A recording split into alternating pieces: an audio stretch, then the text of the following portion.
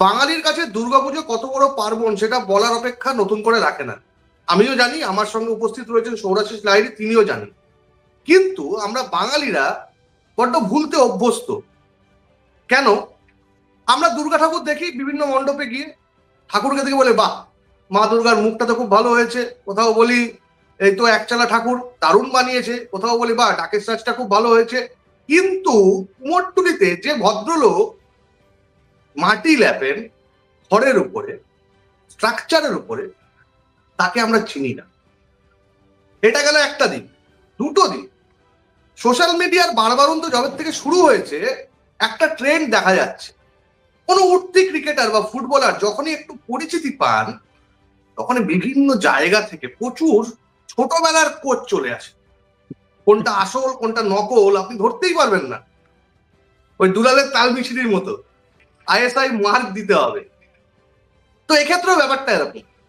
আকাশদ্বীপের অনেক ছোটবেলার কোচ রয়েছেন ময়দান জুড়ে, কিন্তু যদি এক্সট্রা টাইম বাংলার কথা বিশ্বাস করেন, তাহলে আকাশদ্বীপকে খুঁজে বের করার একমাত্র যিনি ব্যক্তি, এক ও অদ্বিতীয়, সৌরাশিস লাহিড়ী। সৌরাশিস লাহিড়ী আমাদের সঙ্গে রয়েছেন। সৌরাশিস দা, এক্সট্রা টাইম বাংলায় আপনাকে স্বাগত। আকাশদ্বীপ, আকাশদ্বীপ তো যবে থেকে ভারতীয় দলের জার্সি পরেছেন তবে থেকেই দ্বীপ জ্বালাচ্ছেন, এবং এডবাস্টানেও আমরা সেটা দেখলাম।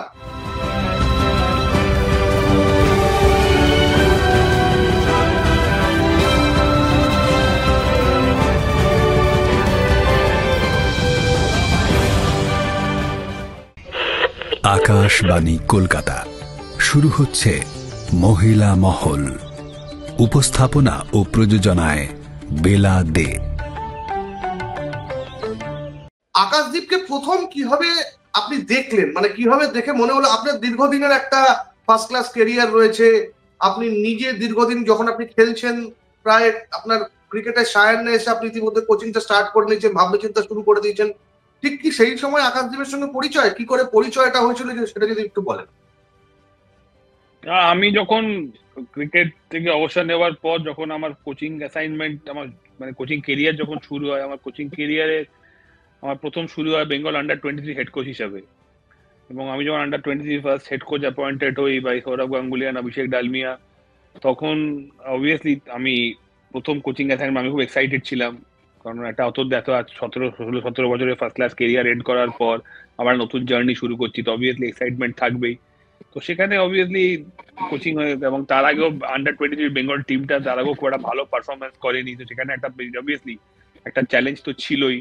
তো সেখানে টিমটাকে কিরম ভাবে তৈরি করা যায় না করা যায়, নানা রকম ভাবনা চিন্তা, নিজের কোচিং কেরিয়ারে শুরু, সবকিছুই অজানা। তো সেক্ষেত্রে তখন অনেক ভালো ভালো প্লেয়ার খুঁজছি, ভালো ফাস্ট বোলার খুঁজছি। তো তখন সেই খুঁজতে খুঁজতেই ফার্স্ট আমাকে জয়দীপ মুখার্জি আকাশদ্বীপের নামটা আমার কাছে করে। আমার মনে আছে তখন আমাকে বলেছিল একটা ফাস্ট বোলার আছে, ইউনাইটেডে খেলে এবং সেটা বেশ জোরে বল করে। যদিও আমিও বিশেষ কিছু জানি না সেটা সম্বন্ধে, একটু আধটু টুকটাক দেখেছি, বেশ জোরে বল করে, এটুকুই। তো that's how I came to know about Akash. তারপর 2017-18 সালে আমার মনে হয় আমরা ওকে একবার ইনডোরে, ওকে আমাদের এখন একটা সেই সমস্ত ছেলেদেরকে যারা যারা আমরা খুঁজে খুঁজে এনেছিলাম, তাদের মধ্যে আকাশও ছিল একজন, তাদেরকে সিএবির ইনডোরে ডাকা হয়। এবং সেখানে আমি ওকে প্রথমবার চোখে দেখি। এবং অবভিয়াসলি আকাশ একজন একদম একদম যখন আসে ওর একদম আনকোরা ছিল। ওর কোনো আইডিয়া ছিল না, ও টেনিস বল খেলে বেড়াতো এদিক ওদিক, সুতরাং লেদার বল সম্বন্ধে কোনো আইডিয়াই ছিল না। বাট সেই সুতরাং ইনডোরে এসে, ইনডোর কি হার্ড সারফেস, কি নর্মাল সারফেস বা কি অ্যাস্ট্রোটার্ফ, ওর কোনো আইডিয়া ছিল না। He just only things that ও জানতো যেটা হচ্ছে জোরে বল করা। এবং সেখানে ইনডোরেও মানে বিরাট গতিতে বল করছিল এবং ব্যাটসম্যানরা তাদেরকে বেশ অস্বস্তিতে এবং বেকায়দায় ফেলে দিচ্ছিল। তখনই সেটাই আমার ওর সঙ্গে ফার্স্ট আমি ওকে দেখি, এবং থেকে প্রথম দর্শনেই বোঝা গেছিল ওই ছেলেটা ডেফিনেটলি ইজ ডিফারেন্ট, ওর মধ্যে একটা স্পার্ক ছিল, ওর মধ্যে একটা এক্স ফ্যাক্টর ছিল। বাট তারপর obviously that's how I met him first time. তারপর সেইভাবে সেখান থেকে যাত্রা শুরু, গড ইজ কাইন্ড, সেই যাত্রাটা এখনো কন্টিনিউ চলছে। আমি অনেক কোচের কাছ থেকেই ব্যাপারটা শুনেছি যে এটা অশোক দিন্দা যখন শুরু করেছিলেন জার্নিটা, সেই সময় অটল দেব বর্মনও বলতেন যে একদম র ছিল, কোন লাইন লেন্থে বোলিং করতে হয় সেটা জানতো না। এই বিষয়টা একটু যদি ডেসক্রাইব করেন টেকনিক্যালি, একজন র ক্রিকেটার, বিশেষ করে ফাস্ট বোলারের ক্ষেত্রে বা স্পিনারের ক্ষেত্রে তার কাছে লাইন লেন্থ, ভ্যারিয়েশন, কোন স্টাম্পে বল রাখা উচিত, কোন ফিল্ড সেট করা উচিত, এগুলো তো প্রথম থেকে তারা জানে না। সেইটা একজন কোচ কিভাবে বোঝায়, কিভাবে ওই ব্যাপারটাকে মগজাস্ত্র করায় যে তুমি এইভাবে যদি এগোও তাহলে তুমি এই ফলটা পাবে। না, আকাশের যেটা ন্যাচারাল ছিল, একটা ছিল ন্যাচারাল ফিটনেস আর স্ট্রেংথ। ও মানে ন্যাচারালি খুব গিফটেড একজন ক্রিকেটার। ওর মানে শারীরিক সক্ষমতা দারুণ, ওর lower body strength, abdominal strength মারাত্মক, এবং ওর বলে গতি আছে, ডেফিনেটলি গতি ছিল রাদা তো প্রথম থেকেই। টেনিস বল ক্রিকেট খেলতো, লেদার বল কোনদিন ধরেনি, কিন্তু লেদার বলে যখন বল করা শুরু করে তখন থেকে বেশ জোরে বোলিং করতো, because he knows only how to bowl fast. তো একটা ফাস্ট বোলারের সব থেকে বড় ওয়েপন হচ্ছে তার গতি, সেটা ওর ন্যাচারাল ছিল, ও স্ট্রেংথ এটা ওর ন্যাচারাল ছিল। তো যেটা সেক্ষেত্রে আমরা তখন, ও যখন ফার্স্ট আসে সিস্টেমে, তারপর একটা সব থেকে বড় ওর যেটা ম্যাসিভ যেটা প্রবলেম হচ্ছে, ও যখন আমাদের কাছে আসে তখন তখন ও মানে আন্ডার টোয়েন্টি সিস্টেমে ঢুকছে, তখন ওর একটা ম্যাসিভ ইঞ্জুরি ছিল, সেটা সম্বন্ধে ও খুব একটা জানতো না। খালি ও লাগা আছে এবং সেটা ওর কোমরে ব্যথা হচ্ছে এইটুকু সম্বন্ধে জানতো। স্ট্রেস ফ্র্যাকচার কি, সেটা কিরম ভাবে হিল হবে, বা সেটা থেকে সেটা কি জিনিসটা এক্স্যাক্টলি, সে সম্বন্ধে ওর কোনো নলেজই ছিল না, উচিত স্বাভাবিক থাকার সম্ভাবনা একটা সাধারণ ছেলে যার যে প্রথম খেলা শুরু করছে, যার অত আইডিয়াই নেই। তো সেক্ষেত্রে আমরা মানে সেই সময় তখন আমরা এবং CAB of course, the way CAB ও টেক কেয়ার করেছিল এগেনস্ট একটা নতুন ছেলে যাকে কেউ চেনেই না, এগেনস্ট অল অড, যেরকম ভাবে পার্টিকুলারলি দুজনের নাম এখানে বলতেই হয়, সৌরভ গাঙ্গুলি, অভিষেক ডালমিয়া, তারা আমাকে যেরকম ভাবে ব্যাক করেছিলেন, যে যে আমাকে তারা তারা আমার আমার চোখ দিয়ে তারা তাকে দেখেছিলেন যে হ্যাঁ আমি আমি আমি আমি নতুন এসেছি, আমাকে তারা ব্যাক করেছিলেন, আমার উপর কনফিডেন্স দেখিয়েছিলেন, আমি যাকে দেখে আমার মনে হয় যে এই ছেলেটার মধ্যে সেই ব্যাপারটা আছে, তারা সেই জিনিসটাকে ব্যাক করেছিলেন। That is been a great help. আমার আকাশের কেরিয়ারে এটা খুব অত্যন্ত গুরুত্বপূর্ণ হেল্প আকাশ সেটা পেয়েছিল, যার জন্য আজকে হয়তো আকাশে আজকে এখানে এসে পৌঁছতে পেরেছে। এবং অবভিয়াসলি তারপর ওর এই ইঞ্জুরিটাকে সারানো, সেটা একটা অনেক স্টোরি, সেটা একটা দীর্ঘ story, but we have gone through that phase, and সেক্ষেত্রে আকাশ রিকভারি করে, এবং তারপরে আমাদের তখন আমাদের ভিশন 2020 শুরু হয়। তো আমরা আকাশকে তখন ভিশন 2020 নিয়ে আসি, এবং তখন Rono also is been a great help to Akash. Joydeep তো ওকে আমার কথা বলে, তারপর রনো ওকে সাহায্য করে টু ইনহ্যান্স হিজ ট্যালেন্ট, কারণ যেটা বলছিলাম, যারা ফাস্ট বোলারের যে ন্যাচারাল যেগুলো সেটা আকাশের মধ্যে ছিল, হি গট দ্য পেস, এবং ওর ওর একটা যেটা ছিল স্ট্রেংথ, তারপর সেটাকে সেটাকে আকাশ ছিল আনকাট ডায়মন্ড, বাট সেটাকে শেপে আনা হয় এই আমাদের সিস্টেমটার মধ্যে দিয়ে। তো we have created such program for him, যে একটার মধ্যে দিয়ে ও শিখতে শুরু করে। ও আস্তে আস্তে হি হ্যাজ টু, ও নিজেকে নিজে এডুকেট করতে শুরু করে, ফাস্ট বোলিং কি, কিভাবে নিজের শারীরিক সক্ষমতাকে বজায় রাখতে হয়, বাড়াতে হয়, নিজের রিকভারি কিরম ভাবে করতে হয়, কি নিউট্রিশন দরকার, কি ট্রেনিং প্রয়োজন, কতটা বোলিং করতে হবে, কিরম ভাবে স্কিল ইমপ্রুভ করতে হবে, কিরম ভাবে সেটাকে ম্যাচে ইমপ্লিমেন্ট করতে হবে, এটা আস্তে আস্তে ও শিখতে শুরু করে। এবং তারপর এবং ও সব থেকে যেটা ওর গুণ হচ্ছে, ইজ আ ফ্যান্টাস্টিক লার্নার। ও is a very sharp and matured brain, এবং ও খুব খুব ভালো অ্যাবজর্ভ করে। তো সেই জন্যই ওর ওর ওর এই প্রোগ্রেশনটা এত কুইক এবং এত ফাস্ট, লাইক ইজ ফাস্ট আরেকটা বোলিং। জিনিস হচ্ছে এখানে এখানে খুব উল্লেখযোগ্য বিষয়, আপনি যেটা বললেন ওর চোটের কথা, চোট সম্বন্ধে ওয়াকিবহাল ছিল না। আমরা একটা চোট বাইরে দেখি, কিন্তু ভেতরে কারো চোট সম্বন্ধে আমরা ওয়াকিবহাল থাকি না, যারা তার সঙ্গে মিশছি। তা আমি এই কারণে বলতে চাইছি, ওর বাবা এবং বড় দাদা মাত্র 6 মাসের ব্যবধানে মারা যান, ফলে এটা একটা বিরাট সেটব্যাক। একটা বাড়িতে একটা পরিবারের দুজন সদস্য চলে যাওয়া, তারপর দিদির ক্যান্সার আক্রান্ত হয়ে যাওয়া, সব মিলিয়ে পারফরমেন্স প্রেশার তো অবশ্যই থাকবে, যে পারফরমেন্স না করলে দলের থেকে বাদ যাওয়ারও একটা প্রেশার থাকে, সবকিছু মিলিয়ে আকাশদীপ মানসিক ভাবে কতটা শক্তিশালী বলে আপনার মনে হয়? বা কেননা আপনার ছাত্র অনেক ক্লোজ থেকে দেখেছেন, মনিটর করেছেন, মানসিক দিক থেকে কতটা শক্তিশালী ও? আকাশের একটা মারাত্মক স্ট্রেংথ হচ্ছে ওর মানসিক এই দৃঢ়তাই। এবং আকাশ, তার কারণটা হচ্ছে আকাশ যে হার্ডশিপের মধ্যে দিয়ে বড় হয়েছে, সেটা কিন্তু ওকে এই এই মানসিক ভাবে এত দৃঢ়, এত শক্তপোক্ত করে তুলেছে। কারণ একটা ছেলে, যেটা তুমি বললে এক্ষুনি, খুব অল্প সময়ের মধ্যে তার বাবাকে হারায়, তার এই পরিবারের একটা মানে এই এত এরকম ট্র্যাজেডি থেকে সেখান থেকে বেরিয়ে এসে, বা নিজের ঘর বাড়ি ছেড়ে এসে এখানে এসে ক্রিকেট খেলা, এবং এই হার্ডশিপের মধ্যে দিয়ে গেছে বলেই কিন্তু আজকে আকাশ, আজকে আজকে তুমি টাফ কন্ডিশনে এডবাস্টনে আকাশ কিন্তু একটা স্পেল প্রডিউস করতে পেরেছে। বিকজ কিছুই কিন্তু ফেভারেবল ছিল না। কন্ডিশন খুব একটা ফেভারেবল ছিল না, উইকেট খুব একটা ফেভারেবল ছিল না। তো সেখানে এরকম একটা ম্যাচ, ওই ইন্ডিয়াও খুব একটা এই সিরিজের এই ম্যাচটা শুরু আগে ইন্ডিয়া 1-0 ডাউন ছিল, এগেনস্ট অল অড একটা মানুষ যে মেন্টালি খুব টাফ থাকে, সেই কিন্তু এই ধরনের প্রতিকূলতাকে ওভারকাম করে নিজেকে চ্যাম্পিয়ন হিসেবে প্রুভ করতে পারে। সেটা তার ক্যারেক্টারটাকে প্রুভ করে। তবে আমার মনে হয় আকাশের এই যে পারফরমেন্সটা not only proved his character, মানে ওর যে not only proved his class as a cricketer, সেটা তো ক্রিকেটিং ক্লাস তো দেখেইছে, ওর ওর বল পড়ে কিরাম ভেতরে আছে, বল পড়ে কিরাম বাইরে আছে, সেটা সবাই দেখেছে। কিন্তু ওর মেন্টাল টাফনেসটা, পেছনের কাহিনীটা, ওর যে হার্ডশিপটা, that made him that strong, যে এই ধরনের পারফরমেন্স ও প্রডিউস করেছে। তো দ্যাট ইজ রিমার্কেবল।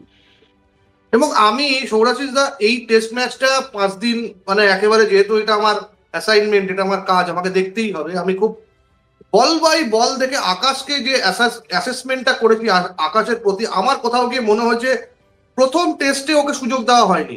অস্ট্রেলিয়া এরকম একটা ব্রিলিয়ান্ট পারফরমেন্সের পরে Prasidh Krishna not up to the mark, তারপরেও যদি এজবাস্টনে প্রসিদ্ধ কৃষ্ণা 2 ইনিংসে ভালো বল করে দিতেন, ইউ নেভার নো, আকাশদীপ হয়তো লর্ডস টেস্টে না থাকতে পারতেন। এখন কিন্তু ব্যাপারটা উল্টো হয়ে গেছে। এখন আমরা এটাই আলোচনা করছি এবং মোটামুটি ওপেন সিক্রেট যে প্রসিদ্ধ কৃষ্ণা ড্রপ হবেন, জাসপ্রীত বুমরা আসবেন। এবং এই জায়গায় দাঁড়িয়ে আকাশের কোন মানে দীর্ঘ এক একটা সময় ছিল 7 ওভার 8 ওভার করে স্পেল করছিল, তার মানে বোঝা যায় যে মানে কতটা মানে ভেতর থেকে একটা ইনার ইনস্টিংক্ট রয়েছে যে 7 ওভার 8 ওভার লম্বা স্পেল করা কিন্তু চারটিখানি কথা না। মানে প্যাট কামিন্সও করে না, জশ হ্যাজেলউডও এখন করে না, 4 ওভার 5 ওভারের স্পেলের পর তারা বসে যায়, জসপ্রীত বুমরাও করে না।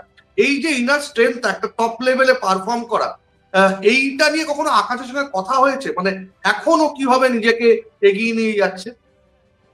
না, আকাশ তো এটার জন্য নিজেকে প্রিপেয়ার করেছে, বিকজ আকাশ সবসময় লাল বল ক্রিকেটকে প্রায়োরিটাইজ করেছে, আকাশ সবসময় বেঙ্গলকে প্রায়োরিটাইজ করেছে, আকাশ সবসময় ইন্ডিয়ান ফার্স্ট ক্লাস ক্রিকেটকে প্রায়োরিটাইজ করেছে। আকাশ কখনোই এই শর্টকাট নিতে চায়নি যে 2 ওভার বল করে সে একটা জাঁকজমকের মধ্যে দিয়ে, বা 3 ওভার বল করে, বা একটা একটা একটা ইয়র্কার মেরে, বা একটা 4 বা 6 মেরে ওর দিয়ে। He has always prepared to do the hard work, go through the grind.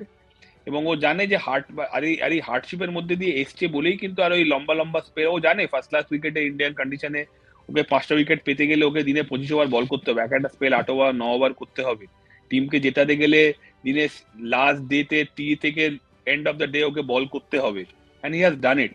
এবং সেটাও করেছে বলেই কিন্তু আজকে ও নিজেকে নিজে প্রিপেয়ার করেছে যে হি উইল লং স্পেলের জন্য, দীর্ঘ সময় বোলিং করার জন্য। বিকজ আকাশ নিজেকে আদের টেস্ট ম্যাচ ক্রিকেটার হিসেবে, সফল টেস্ট ম্যাচ ক্রিকেটার হিসেবে সবসময় দেখতে চায়, and that made him different from the others. এখনকার তো সবার পার্সপেক্টিভ ডিফারেন্ট থাকে, but this guy has absolutely a different perspective. ও আইপিএল এ ভালো গেল না গেল ও ডাজন্ট বদার।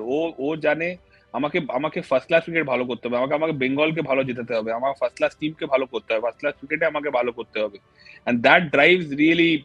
আজকে আকাশের যে এই ধরনের জিনিস আমরা যে স্পেল দেখছি, বা আকাশের যে উত্থান দেখছি, তার নেপথ্যে কিন্তু আমি বারবার করে বলছি, আমি অলওয়েজ বিলিভ করি আমাদের ইন্ডিয়ান ফার্স্ট ক্লাস স্ট্রাকচার পৃথিবীর মধ্যে সর্বশ্রেষ্ঠ, এবং আকাশ এই সর্বশ্রেষ্ঠ স্ট্রাকচারে নিজেকে প্রুভ করেছে বলেই কিন্তু আজ আমরা আকাশকে আজকে এই জায়গায় দেখতে পাচ্ছি, because Akash has gone to the grind. আমি আপনার সঙ্গে একমত। বিসিসিআই কে অনেক বিষয়ে অনেকে বিষোদ্গার করা হয়, বিসিসিআই দাদাগিরি নিয়ে অনেক কথা বলা হয়, আইপিএল নিয়ে অনেক কথা বলা হয়, কিন্তু গত 2 দিন আমি পরপর শুনছিলাম মাইকেল আথারটন, যারা যে আজ পর্যন্ত কোনোদিন ভারতীয় মিডিয়ার কাউকে একটা ইন্টারভিউ দেননি, কোথাও নেই মাইকেল আথারটনের কোনো ইন্টারভিউ, ইন্ডিয়ার কোনো ওয়েবসাইট, পেপার, নিউজ চ্যানেল কোথাও নেই। তিনিও বলছেন যে এই পারফরমেন্স দেখার পরে বলছে ইংল্যান্ড এবং ইন্ডিয়ার মধ্যে হেল অ্যান্ড হেভেন ডিফারেন্স, এবং তার জন্য ইন্ডিয়ান টিমের এই পারফরমেন্সের পিছনে বিসিসিআই অবদান সবচেয়ে বেশি। এর থেকে মনে হয় বড় সার্টিফিকেট আর কিছু দরকার নেই। আমি একেবারে ইন্টারভিউয়ের শেষ দিকে আসবো। অনেক ক্রিকেটার আপনি দেখেছেন, খেলেছেন, এখন কোচিং করছেন, এনসিএ তে রয়েছেন, ফলে নতুন ক্রিকেটার আসছে, তাদের সঙ্গে কাজ করছেন, তারা এগিয়ে যাচ্ছে। কিন্তু আকাশদীপ, মুকেশ কুমাররা কেন আলাদা হন? সৌরাশিস লাহিড়ির নজর দিয়ে বলুন। বিকজ এরা প্রকৃতভাবে ক্রিকেট খেলতে চায়, এরা ক্রিকেটকে ভালোবাসে, এরা ক্রিকেটের জন্য নিবেদিত প্রাণ। এরা কিন্তু এই গ্ল্যামার গ্লিটসে ভেসে যাওয়ার ছেলে নয়। এরা চায় নিজের, they took lot of pride to play for Bengal, to play for his first class team. এবং ইন্ডিয়ান ক্রিকেটের টেস্ট টিম যদি ভালো হতে হয়, টেস্ট ক্রিকেটার যদি তুমি হতে চাও, তোমাকে ফার্স্ট ক্লাস ক্রিকেটকে প্রায়োরিটাইজ করতে হবে, তোমাকে ফার্স্ট ক্লাস ক্রিকেটে প্রচুর বোলিং করতে হবে, তোমাকে রেড বল ক্রিকেটে প্রচুর প্রচুর হার্ড ওয়ার্ক করতে হবে, প্রচুর গ্রাইন্ডের মধ্যে বিভিন্ন কন্ডিশনে তোমাকে অ্যাডভার্স কন্ডিশনে তোমাকে ম্যাচ উইনিং স্পেল প্রডিউস করতে হবে, and both of them have done it. এবং সেই জন্যই কিন্তু এরা আজকে দে আর ডেফিনেটলি তুমি যেটা বললে আলাদা অন্যদের থেকে। একদম শেষ দিকে চলে এলাম। আপনি এই মুহূর্তে এনসিএ তে রয়েছেন এবং আমি জানি এটা আপনি স্বীকার করবেন না, 5 জন স্পিনার টপ মোস্ট স্পিনার যারা ভারতবর্ষে স্পিন তৈরির কাজ করছেন, কারণ রবিচন্দ্রন অশ্বিন অবসর নিতে বাধ্য হয়েছেন। কুলদীপ যাদবকে কবে খেলানো হবে, তিনি কবে খেলবেন তা আমরা কেউ জানি না। রবীন্দ্র জাদেজা সম্ভবত শেষ সিরিজ। সেক্ষেত্রে কিন্তু ভারতকে টেস্টে জিততে গেলে, ঘরের মাঠে জিততে গেলে প্রচুর দারুণ স্পিনার দরকার, উইকেট টেকার স্পিনার দরকার। রাশিদ খানের মতো স্পিনার নয়, কিন্তু উইকেট টেকার স্পিনার দরকার। সেই কাজটা কিরকম ভাবে এগোচ্ছে? অবভিয়াসলি দেখো, বা আমি সিন্স আই লেফট ক্রিকেট, আমি সবসময় আমি কোচিংকেই প্রায়োরিটাইজ করেছি, বিকজ আমার প্যাশন হচ্ছে কোচিং করানো। ক্রিকেট খেলাটাকে আমি খুব প্যাশনেটলি খেলেছিলাম, এবং আফটার ক্রিকেট আমার career thanks to you people, ভগবানের বাবা মা আশীর্বাদ অনেক লম্বা ছিল। বাট তারপরে আই জাস্ট ওয়ান্টেড টু, আমি ক্রিকেটের সঙ্গে জুড়ে থাকতে চাই এবং আমি কোচিং এর সাথে জুড়ে থাকতে চাই। That is my priority. এবং সেজন্য আমার কাছে লাইক কোচিং করা আমাকে তপস্যার মতো। এবং অবভিয়াসলি কোচিং করানো অনেকগুলো অ্যাসপেক্ট থাকে। সেখানে তুমি যখন টিম কোচিং করো, তোমাকে টিমকে জেতাতে হয়, টিমের প্লেয়ারদেরকে পারফরমেন্স তুলে আনতে হয়। যখন তুমি বিভিন্ন ক্যাম্পে কাজ করো, বিভিন্ন অ্যাসাইনমেন্টে কাজ করো, তখন সেই অ্যাসাইনমেন্টের কি ডিমান্ড সেইটা ভাবে কাজ করতে হয়। সো গড ইজ কাইন্ড জায়গায় বলা হয়, তো বিভিন্ন অ্যাসাইনমেন্ট, বিভিন্ন জায়গায় কাজ করার সুযোগ হচ্ছে। এন্ড চেষ্টা করছি। I am also learning, I am also নতুন কোচ। আমিও আমার কোচিং কেরিয়ার ইয়াং কোচ বলতে পারো। আমার কোচিং কেরিয়ারও যদিও 7-8 বছর হয়ে গেল, but still I think I have got lot to learn. আমার চেষ্টা করছি শেখার, প্রতিনিয়ত শেখার চেষ্টা করছি, কারণ শেখার তো কোনো শেষ নেই। এবং যত তুমি শিখবে তত তুমি নিজেকে এনরিচ করবে, নিজের নলেজ তত বাড়বে। তো অবভিয়াসলি সেই জিনিসগুলো মাথায় নিয়ে কাজ করার চেষ্টা করছি। আর তুমি বললে, হ্যাঁ, স্পিনারদের সাথে যখন কাজ করি তখন দেখতে হবে কোন এজ গ্রুপের স্পিনারদের সাথে কাজ করছি, এবং তাদের আগামী দিনে তাদের রোড ম্যাপটা কি, তারা কিরম ভাবে ভাবছে, সেই সমস্ত কাজ করা। যখন স্টেটের হয়ে কাজ করি তখন স্টেট টিমের হয়ে কি করে, যখন এই ফ্র্যাঞ্চাইজি লিগে কাজ করি তখন তার ডিমান্ড কি, ডিপেন্ড করে। যখন তুমি যেরকম বললে, তুমি যখন টেস্ট ম্যাচ করো তখন সেই মাইন্ডসেট নিয়ে করো, যখন T20 ম্যাচ করো তখন অন্য মাইন্ডসেট নিয়ে করো। তোমাদেরও কাজ ডিফারেন্ট, তো আমাদেরও একই জিনিস। তো যেরকম যখন কাজটা থাকে তখন সেই কাজটায় ফোকাস করে চেষ্টা করি, সেটাই হচ্ছে সেটাই করার চেষ্টা করি আর কি, এই আর কি। ক্রিকেটার থেকে কোচ, দীর্ঘ যাত্রা। এই যাত্রা সৌরাশিস লাহিড়ী, লক্ষ্মীরতন শুক্লা, এদের যাত্রার কোথাও গিয়ে 1% হলেও ভাগিদার হচ্ছে এক্সট্রা টাইম বাংলা দীর্ঘদিন ধরে। 100% একটুখানি না, অনেকটা।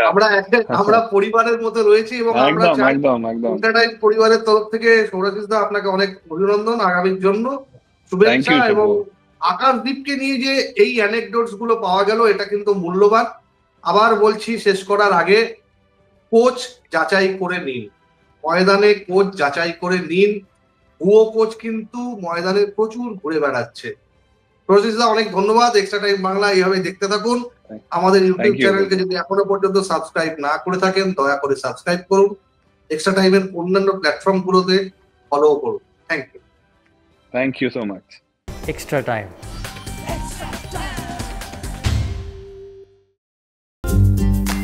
লেটেস্ট নিউজ আর এক্সক্লুসিভ ভিডিওর সঙ্গে আপডেট থাকতে এখনই সাবস্ক্রাইব করুন আমাদের ইউটিউব চ্যানেল। বেল আইকনে ক্লিক করতে ভুলবেন না যেন।